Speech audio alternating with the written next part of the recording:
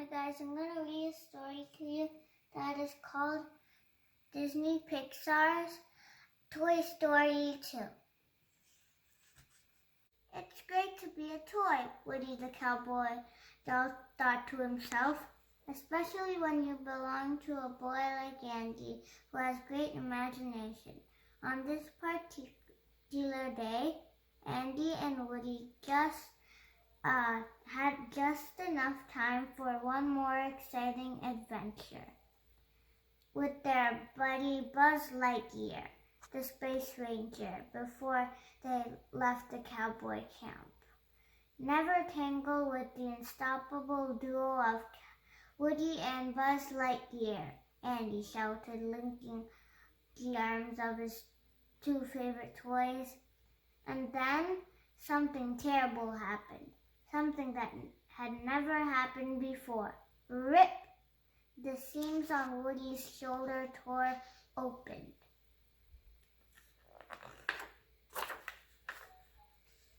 What terrible luck!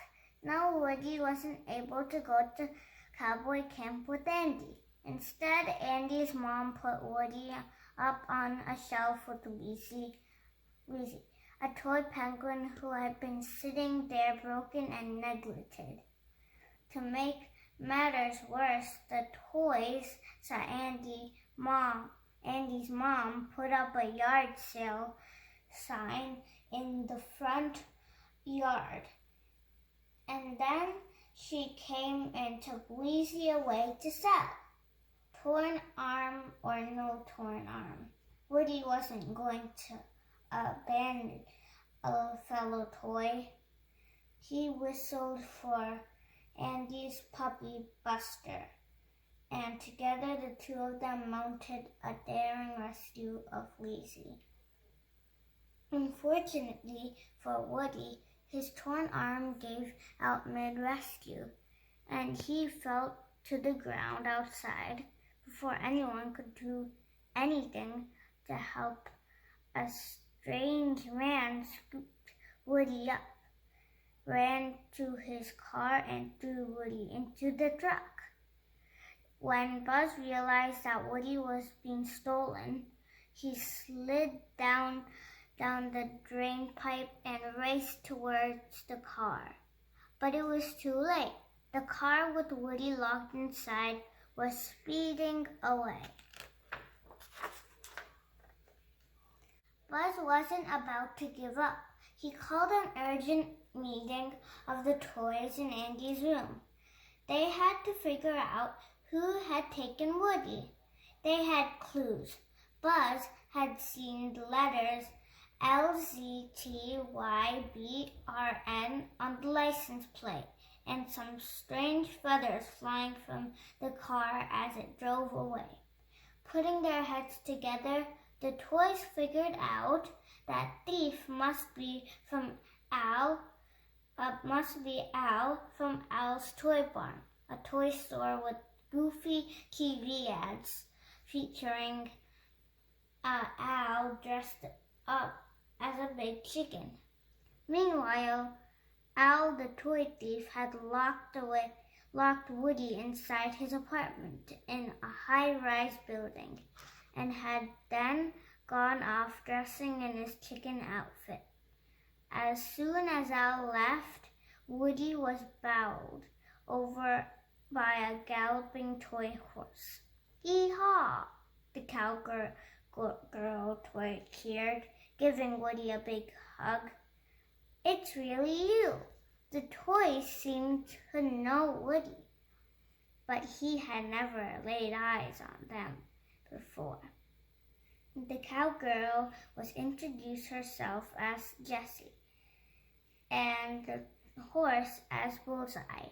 There was also a mint-condition toy called Prospector who had never been outside his box.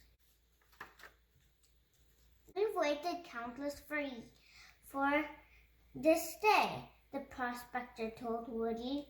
The toys explained that Woody was a rare and famous collectible toy, star of a TV show called Woody's Roundup, And now that Woody was here, Al finally had a full set of round-up toys, which he intended to sell to a Japanese museum for a lot of money. Woody looked around in awe at all of the memorabilia celebrating him. It was a nice change from feeling like a used-up old toy on a desk shelf. Maybe this new life wouldn't be so bad. While Woody was reveling in his newfound importance, Andy's toys were bravely carrying out Buzz's plans to save him and bring him home. By morning, the only thing still separating them from Al's toy barn was a very big, very busy road. Thinking quickly, the toys hid under some orange traffic cones and slowly made their way across the traffic lanes. Horns honked, tires squeaked, and cars collided. But the toys made it safely to the other side. They had reached their destination. Once inside Al's toy barn, Andy's toys looked around in amazement at all of the brand new toys. How would they ever find one slightly used cowboy doll among all this stuff? Buzz refused to give up hope. Searching for Woody, he came across an aisle filled with Buzz Lightyear toys. They were all wearing some kind of new-fangled utility belt. Curious Buzz reached out to touch one of the belts, and a hand grabbed his wrist. One of the brand new Buzz Lightyear toys thought Buzz was a rogue ranger. He tied Buzz up inside a box and then ran off to join Andy's toys.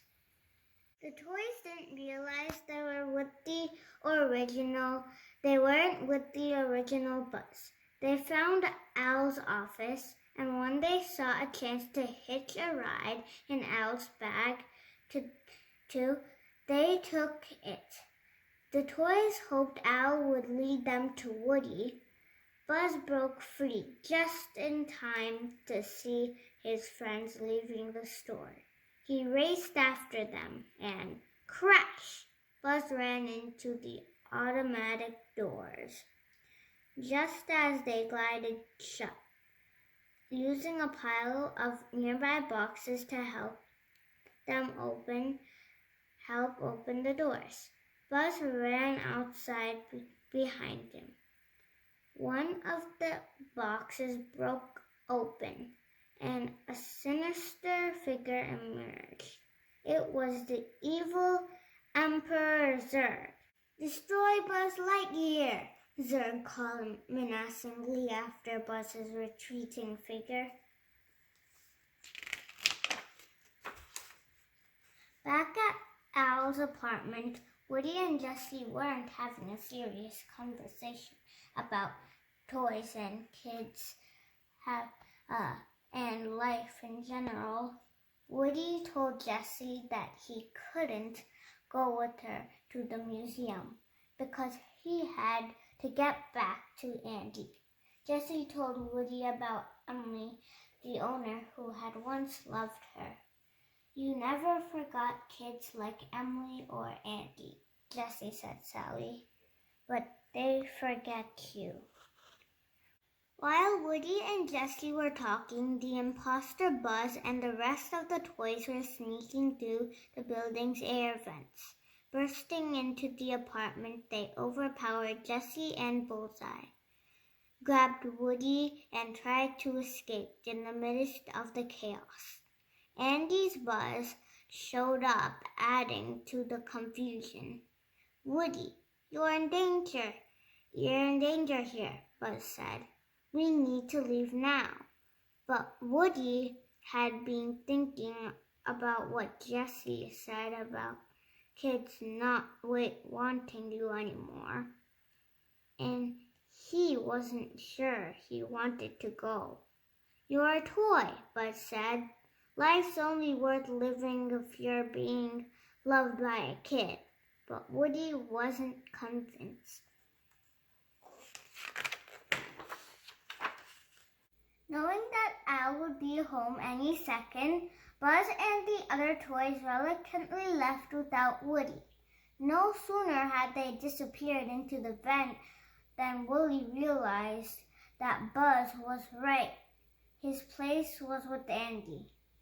Calling to his friends to come back, Woody turned to the Roundup gang. "Come with me," he urged. "Andy will play with all of us. I know it." Jessie and Bullseye quickly agreed, but the prospector had other ideas.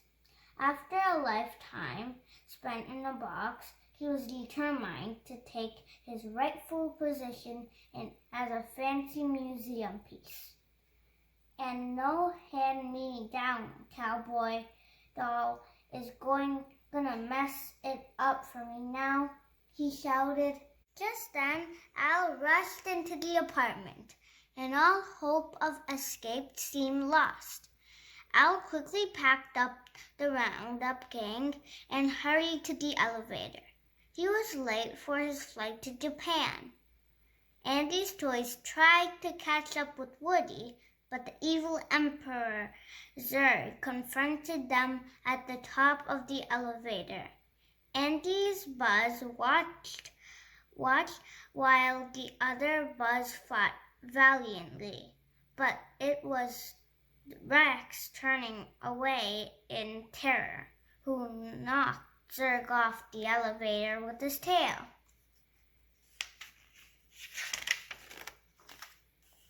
The toys pried open the elevator's emergency hatch and lowered Slinky down to free Woody from Al's case.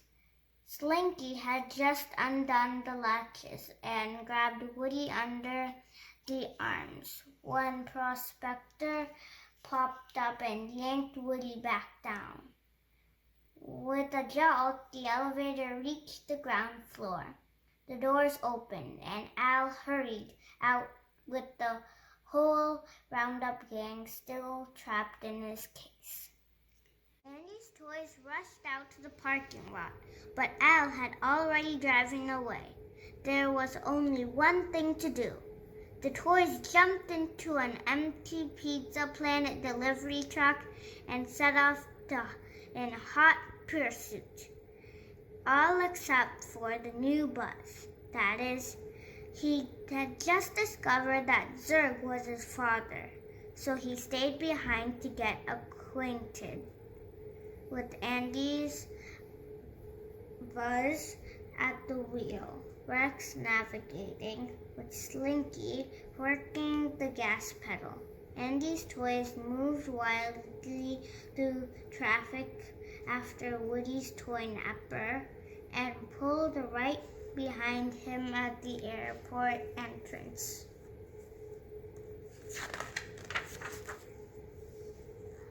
Now the toys had a new problem. A gang of toys can't walk openly through a crowded airport. Buzz spotted a pet carrier, and they all climbed inside and sneakily followed Al and his green case. When Al put the case onto the luggage conveyor belt, the toys followed and suddenly found themselves in the midst of hundreds of bags, boxes, and suitcases whizzing along different directions. Against all odds, Buzz spotted the green case. Rushing to save Woody, Buzz popped open the case and pow! The prospector punched Buzz. "Hey, no one does that to my friend," Woody shouted, leaping onto Prospector. Using his pickaxe, Prospector started to rip open Woody's shoulder, right where it had been sewed back together to get Woody's bruised up for the museum. Fortunately, the rest of Andy's toys arrived just in time to save Woody. Then Bullseye managed to kick free as the conveyor carried the green case outside.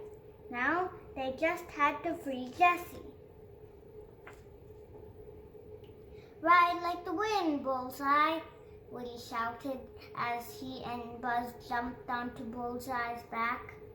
They raced after the baggage truck that carried the green case. Woody managed to scramble onto the truck, but the case was already being loaded onto the plane.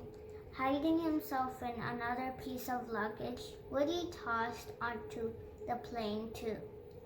Searching desperately through the cargo hold, Woody soon found a very frightened Jessie. "Come on, Jess," he said. "It's time to take you home." But it wasn't going to be that simple. The plane was already moving. The enormous wheels picked up speed as Woody dangled dangerously over the runway. And then his arms started to tear again. In desperate, a daring move, Woody twirled at his pull string and lassoed a bolt on the wheel. With a firm grip on Jessie's hand, Woody swung them both from the plane as they soared through the air. Buzz and Bullseye galloped alongside them on the runway. Just as the speeding plane was about to take off, Woody's pull string disengaged from the wheel bolt, and Woody and Jessie landed right behind Buzz and Bullseye's back. The friends whooped and hollered as the plane roared into the sky overhead. That was definitely Woody's finest hour, Jessie cheered. When Andy came home from cowboy camp, he was excited to find a new cowgirl and pony among all of his other favorite toys. What adventures they would all have together starting right at that minute, as Jessie and Bullseye were thrilled to belong to a real kid, agreed again with all of the bumps and bruises that went along with it. They agreed with Buzz and Woody, whose shoulder had been imperfectly but loving sewn back together by Andy. There was nothing better than being a toy. The end.